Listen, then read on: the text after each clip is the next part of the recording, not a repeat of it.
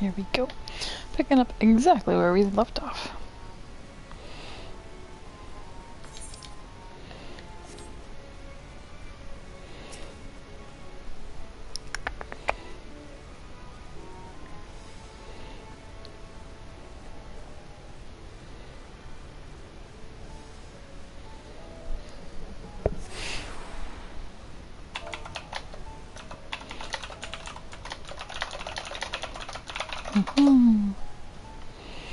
All right.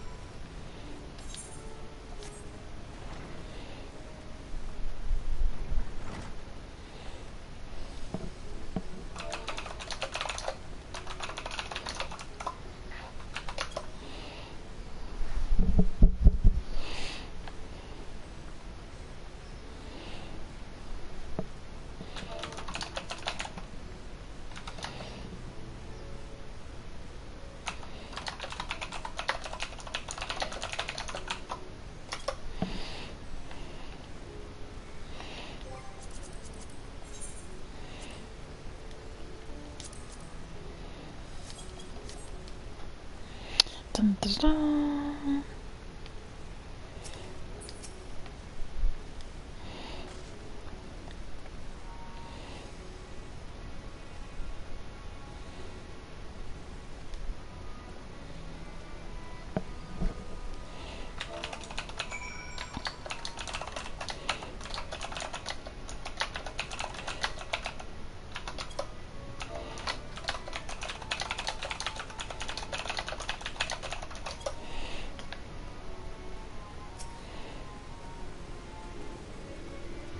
I don't know if I already clicked this or not. Oh, well, that answers that question.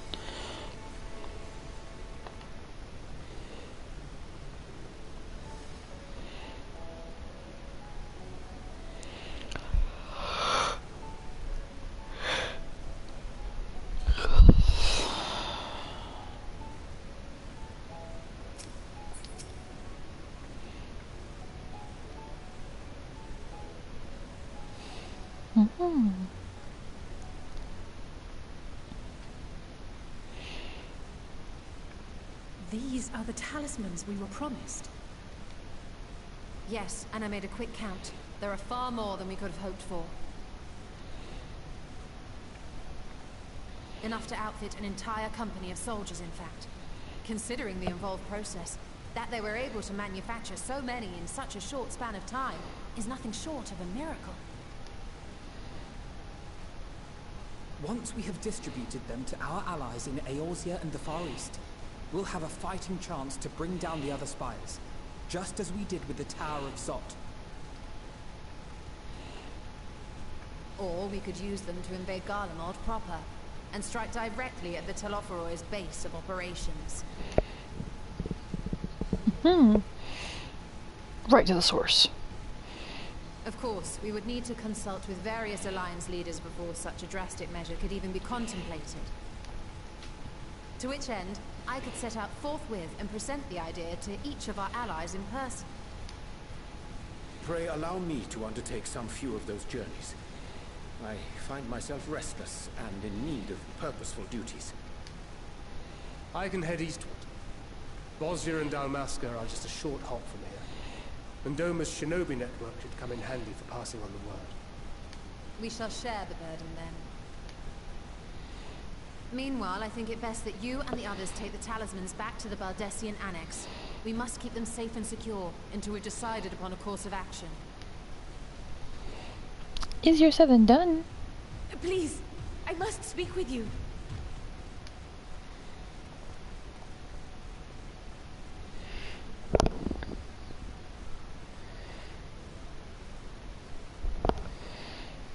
Nidana, you're awake. Yes. When I spoke with the carer at my bedside, she told me that one of the scions, a young woman, had cleansed me of the tower's corruption. It seems I'd been asleep ever since the treatment.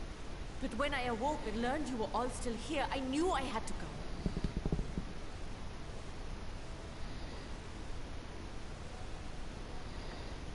As you said, Nidana was captured only recently. Such a brief exposure is swiftly cured, so I tended to her before we gathered at Megaduta. And I am truly grateful that you did. I cannot thank you enough. For all of you. For everything you've done. Destroying the tower, rescuing our people. You've saved Havnir from an awful fate.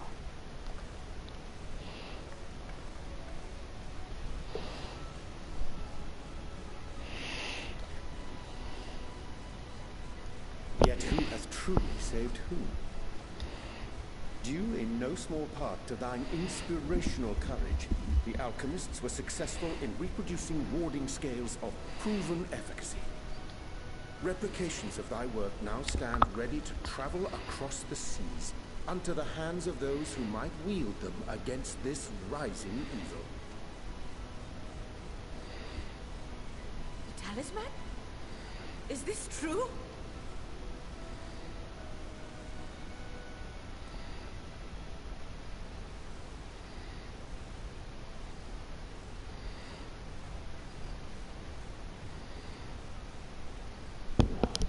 So groggy from sleep, I didn't even think to ask. Oh, our great work sent across the seas.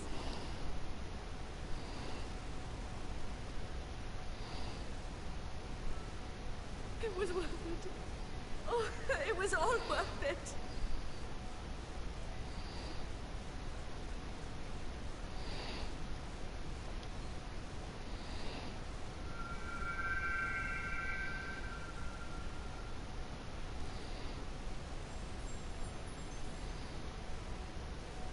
Look at that! Its color is completely changed.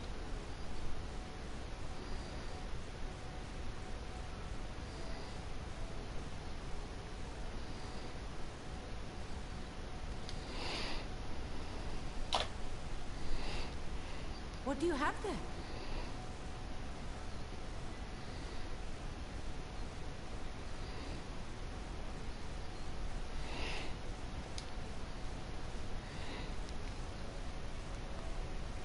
How unusual. I wonder if the effect is a reaction to Akasha.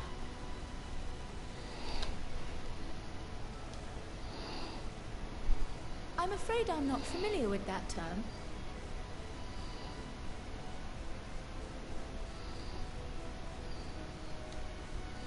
Akasha? It is one of the unseen energies defined by Harnish alchemical theory.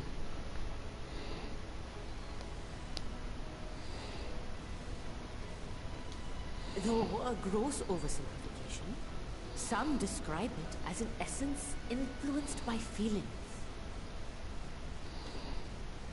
You imply that it is distinct from ether.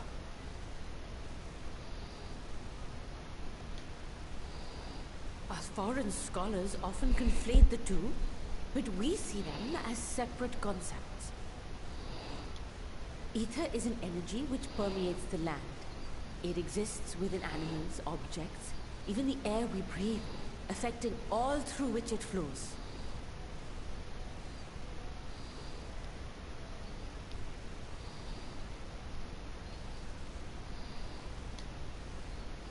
Akasha, on the other hand, exists in a domain beyond our reach.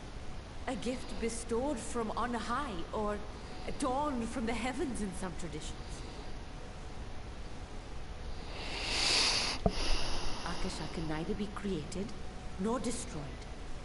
It is beyond our power to purposefully alter or manipulate. The only thing observed to influence it is an abundance of, I want to say, spiritual emotion.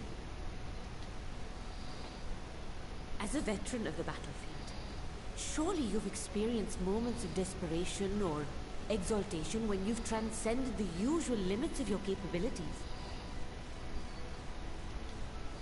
That is a manifestation of Akasha, the invisible essence harnessed by heart, mind, and unyielding spirit.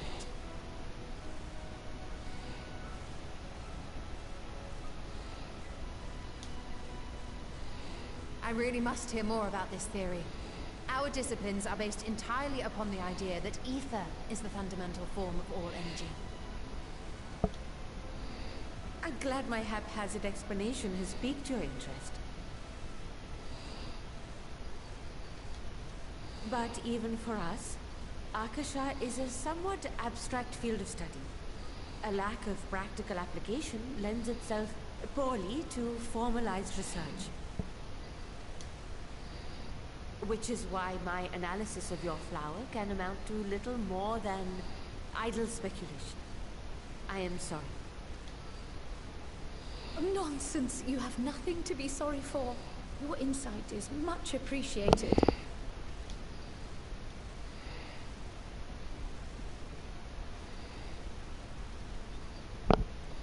Shall we depart for Charlian then?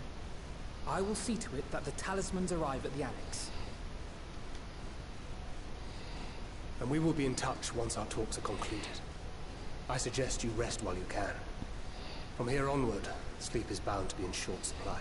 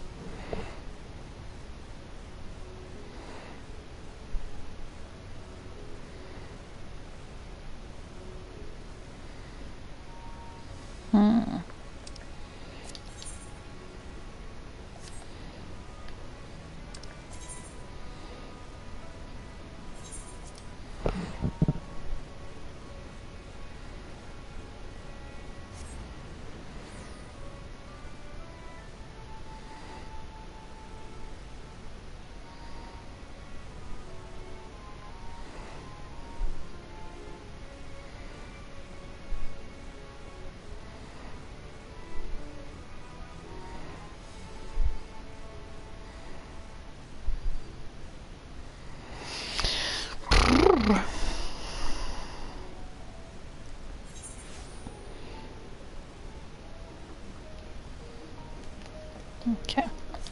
Let's see here. We're here.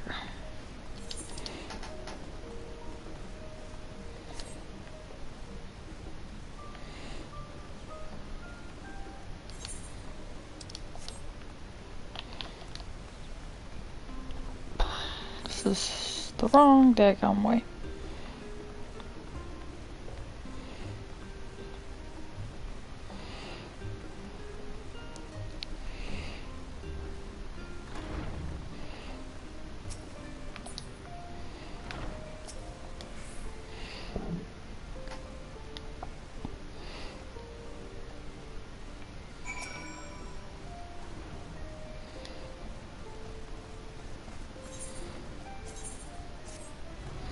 I got the bread.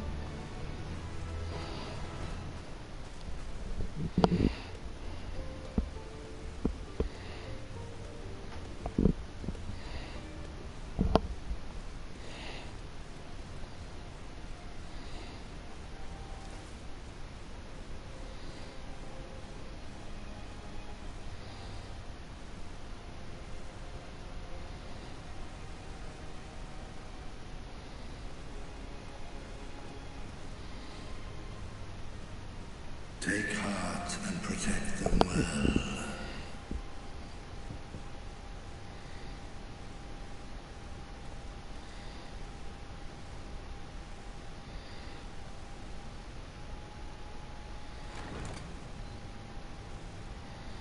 Good, you're here.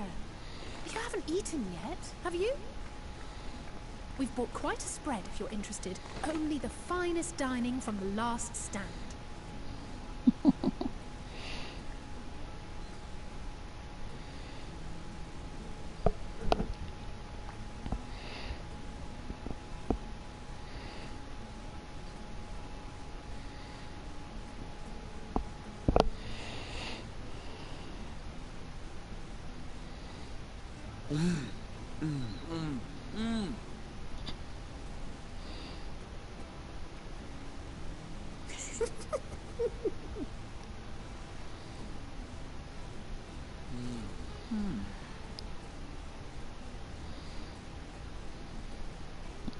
Lest you wonder, we invited Estinian as well. But he refused with a rather grim-faced, "No, thank you." I suspect Charlian cuisine is not to his liking. Oh, I don't know about that. Perhaps our lone wolf just needed some time apart. What? To perfect his brooding stare? Yes. Next time, I'll drag him out by the ear, sit him down in front of a Charlian feast, and see that he eats every last bite. An excellent idea. Of all people, warriors must take proper meals and rest if they are to maintain a healthy constitution. Poor Estinian, beset on all sides.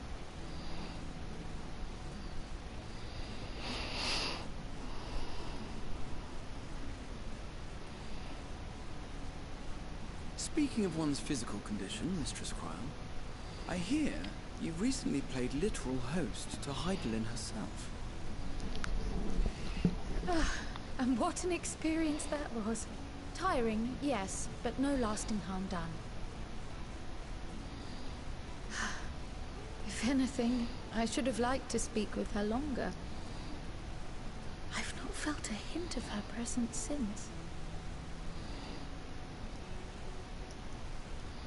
Heidelin instructed you to carry that flower, yes?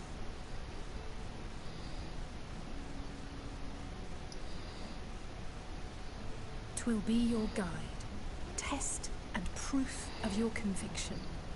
And then something about seeking joy in darkness, was it? Come to think of it, isn't that what happened with Nidana back in Radzat-Han? The flower did seem to radiate a joyful glow, as if reflecting the elation we all felt. The relief of a people with renewed hope. Indeed, and in turn I felt buoyed by that radiance. 'Twas akin to spotting a beacon and knowing we were on the right path. I know we've not yet triumphed over the Tlofroi, or learned the full breadth of the Forum's plans. But even within the midst of our struggles, we find small moments of joy to sustain us. Rare and hard-won perhaps, but it is this pursuit of happiness that gives us the strength to carry on day after day.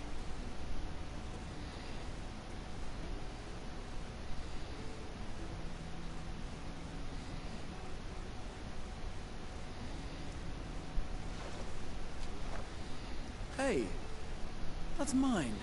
To the swift the spoils. Though I recall that levitation spell of yours was quick enough. Only barely. And even at my best, I'm still too slow to wield it effectively in battle. Mayhap I simply require more practice with this new magic.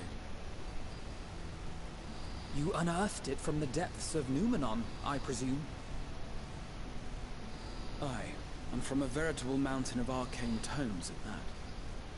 'Twas necessary to facilitate my solitary explorations.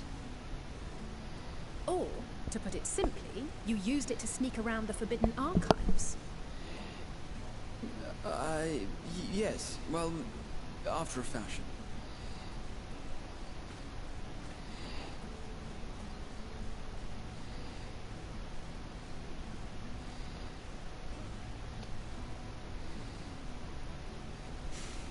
They're tall, you see.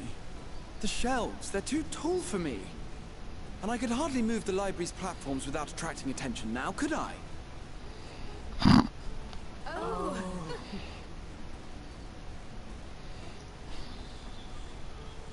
The short bud couldn't get there.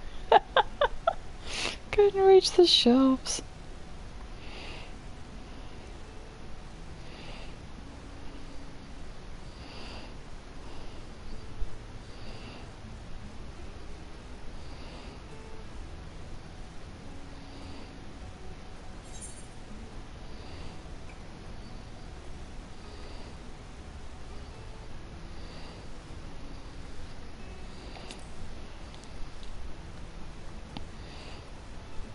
I'm not that ambitious. But 'tis pleasant to idle away the hours every once in a while.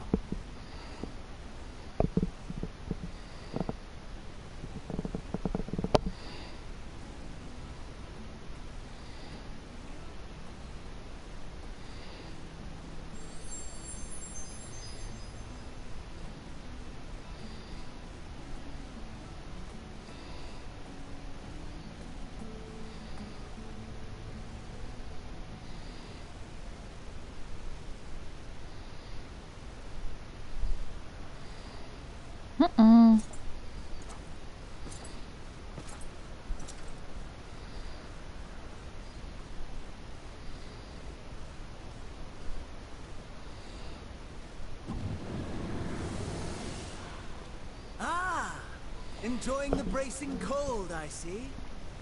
Do you not own a warm coat or a cloak? Something in fur? Or fashioned from the skins of your enemies? Or... well, never mind that. I come to you once more as the bearer of bad news. Our tower in Thavnir has been toppled, and I need not tell you by whom. Given how many we have at our disposal, the loss of a single spire is hardly fatal to our plans. It does, however, slow the rate at which we siphon the ether.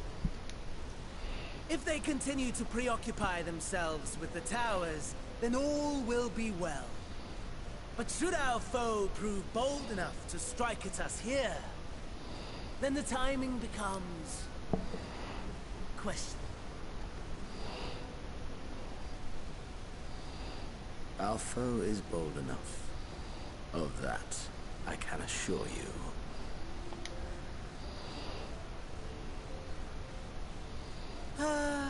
Yes, very well then.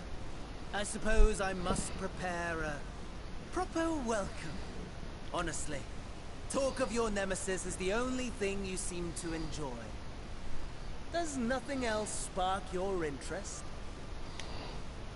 No. No. All else is equal. Equally tedious. Equally disappointing. The world is a tepid bog into which we sink, too weak to thrash as the mud clings to our eyes and fills our throats till we blissfully choke. Dark much. But then came the light. Blinding and pure and hot. So very hot. Enough to set my soul aflame. I basked in the afterglow until the void yawned once more. And then I knew the muck would never claim me again. There was naught for me ahead, so I drew the curtain on all that had come before.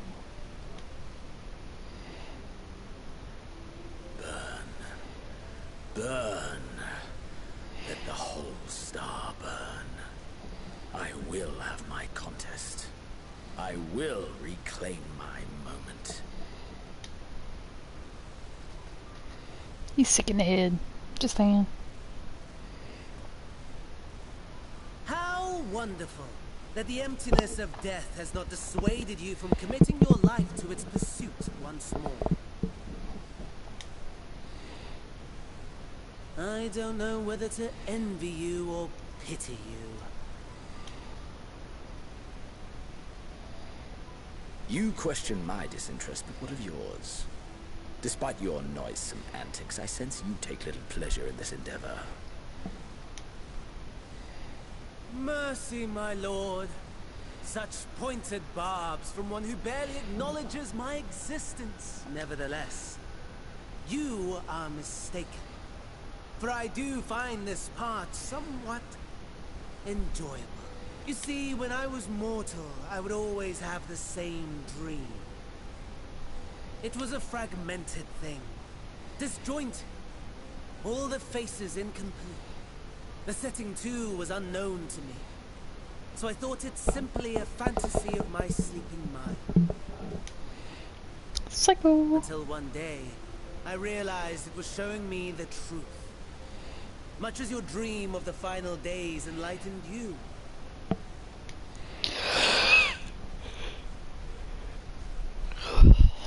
And soon, very soon, the rest of the world will see the truth of my dream, too. Yes, I think that is something we can both enjoy.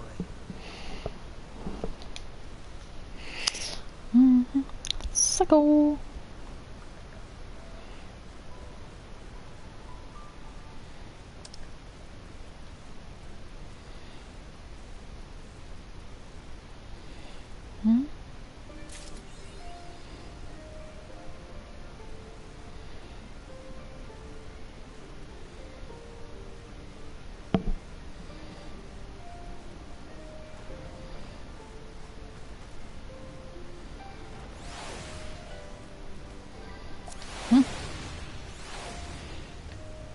Okay.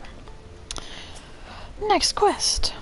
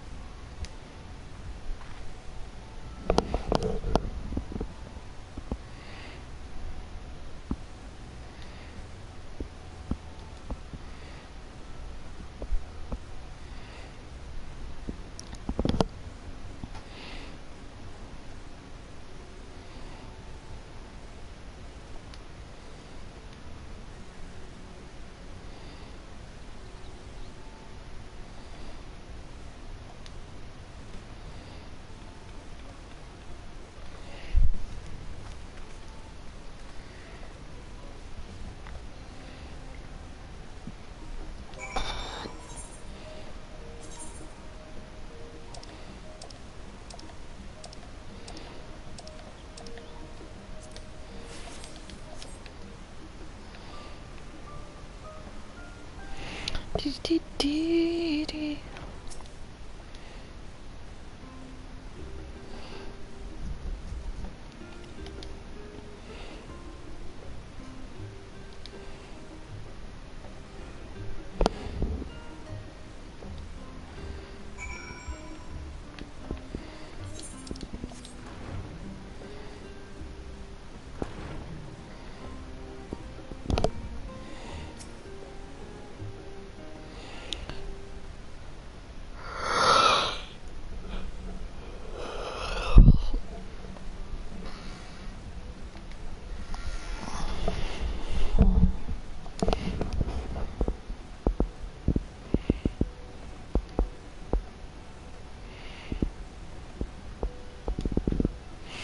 Oi.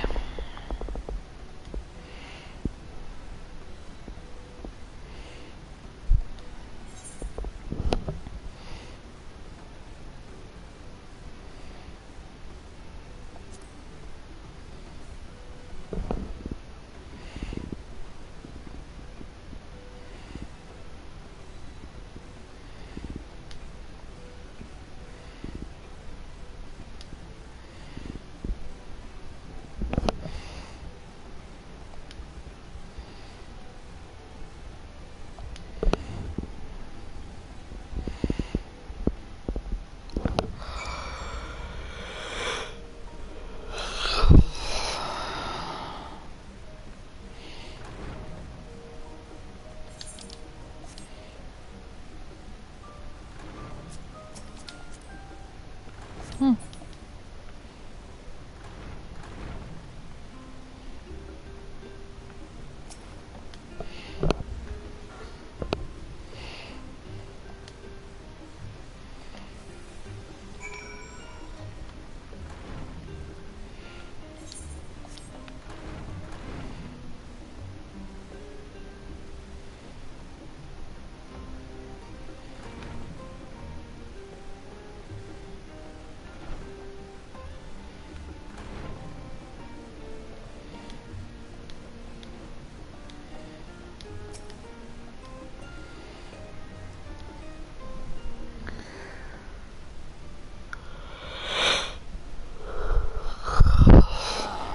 I remember you.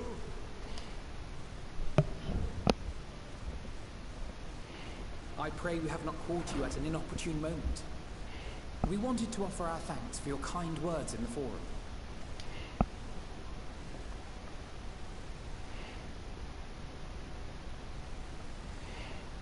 Well, I could hardly let that inquisition go unchallenged. I've always believed that curiosity should be nurtured, not stifled. Thankfully, a majority of my colleagues agreed. A slender majority, aye, but a majority nonetheless. Had the vote not gone our way, we would be having a very different conversation, if any at all. Though I'd like to think you would have not given up on our cause. I'm told you paid a visit to the annex afterwards. Yes, that's right. I was hoping to speak with the grandchildren of my dearly departed friends Galuf and Louis Soir in a less dour setting. But it seems I just missed you.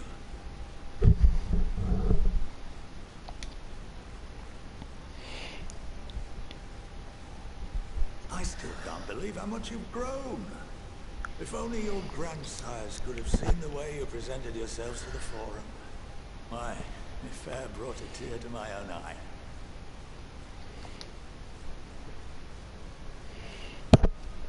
You must have the patience of a saint, putting up with this lot and their antics.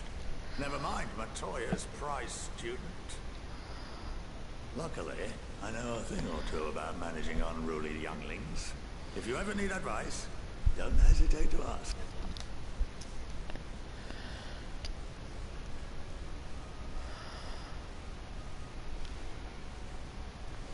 If I may, there is a rather more pressing matter we wish to discuss. What can you tell us of this duty that the Forum must fulfill? Nothing, I'm afraid. Like all humble servants of the Forum, I am sworn to secrecy. Or rather, I couldn't tell you if I tried. Our duty is of the gravest importance. Furthermore, if the particulars were made public, it would incite widespread panic. As such, those entrusted with this duty have been bound by an enchantment, which prevents us from speaking of such matters without the express permission of the Forum. How is that even possible? Easily. It's been some time since I last gave a lecture. Please, take a seat.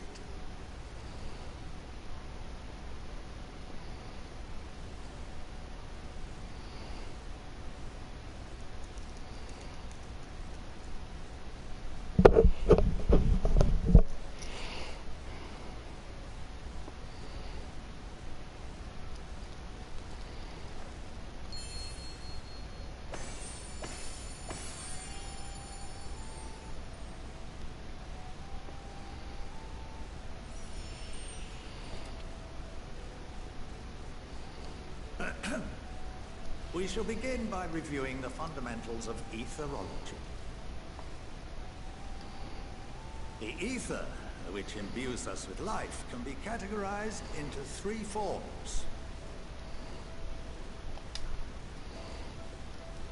Two are of the incorporeal sort, the soul and the memory. Can anyone tell me the third?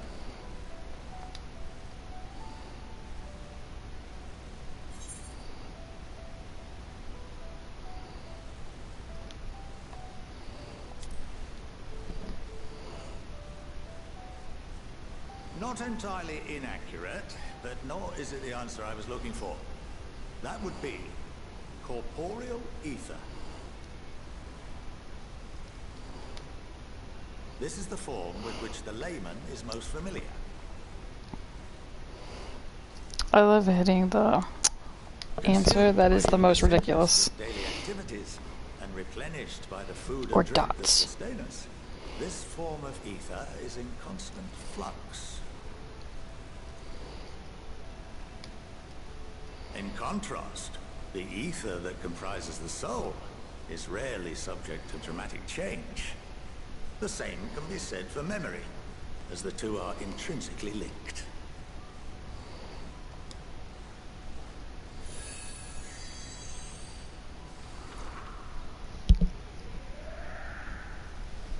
Picture the soul as paper, and memories as words written upon it.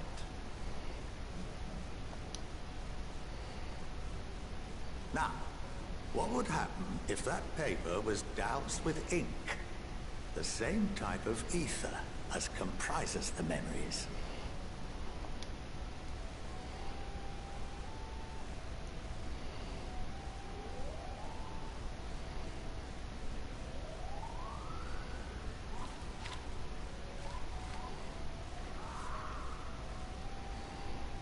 It would blot out everything that was written. Precisely.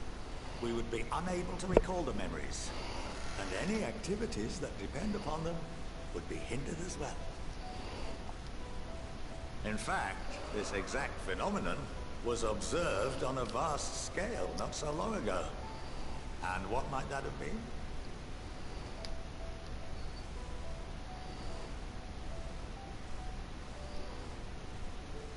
The seventh Umbral Calamity.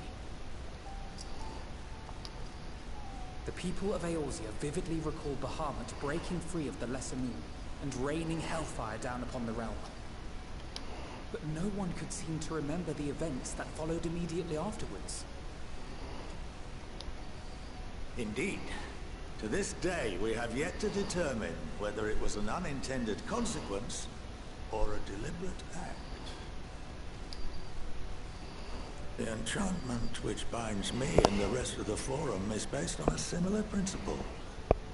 And yes, it is a contravention of the Sharlayan prohibition against the practice of memory manipulation. Only when a new member is inducted and told of our great duty are they subjected to the process. A necessary evil. You have my word that it would never be used to manipulate the populace. I should hope not. But can this enchantment be dispelled and your memories restored? If 9/10 of our members give their approval, then the process may be reversed. Then, and only then, would we be able to speak freely to others of our sacred duty. Barring that, we must wait until we return to the ethereal sea.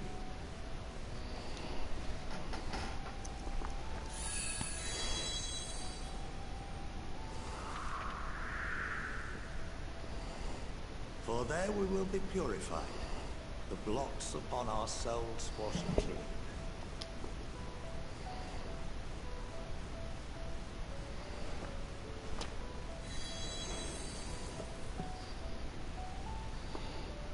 And our memories drift apart and dissolve, rather defeating the purpose, I suppose.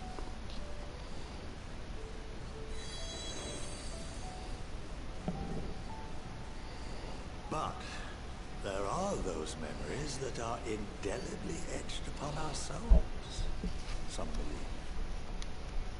believe. What happens after that?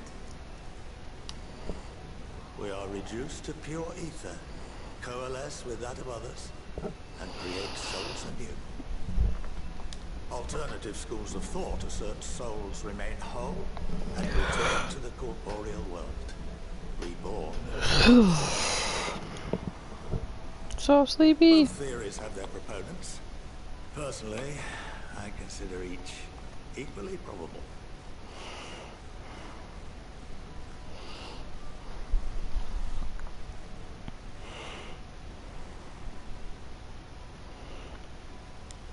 Well, I think that's enough education for today. Now that I've given you some food for thought. Or rather, an entire banquet.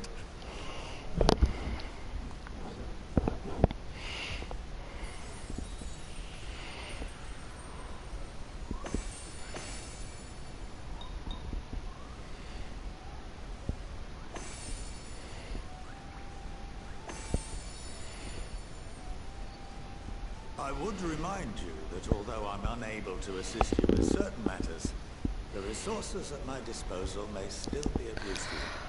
I'll arrange for you all to be given the run of Phenomenon.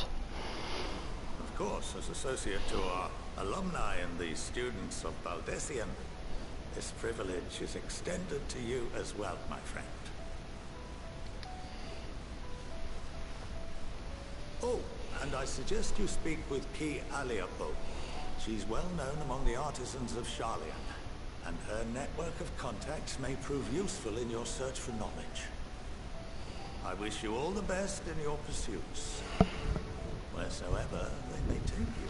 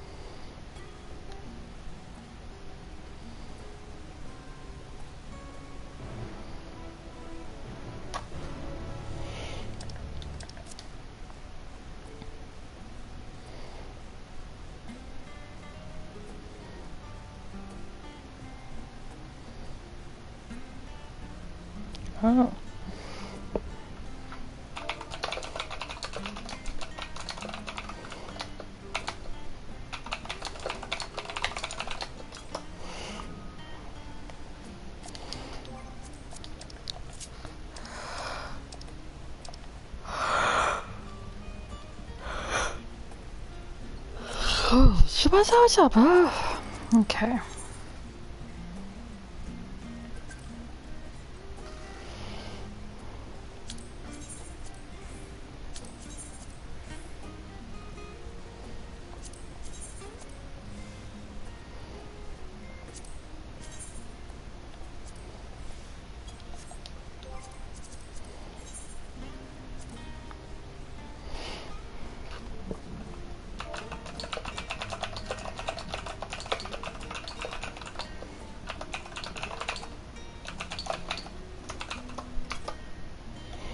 Alright, thanks for watching. Bye bye.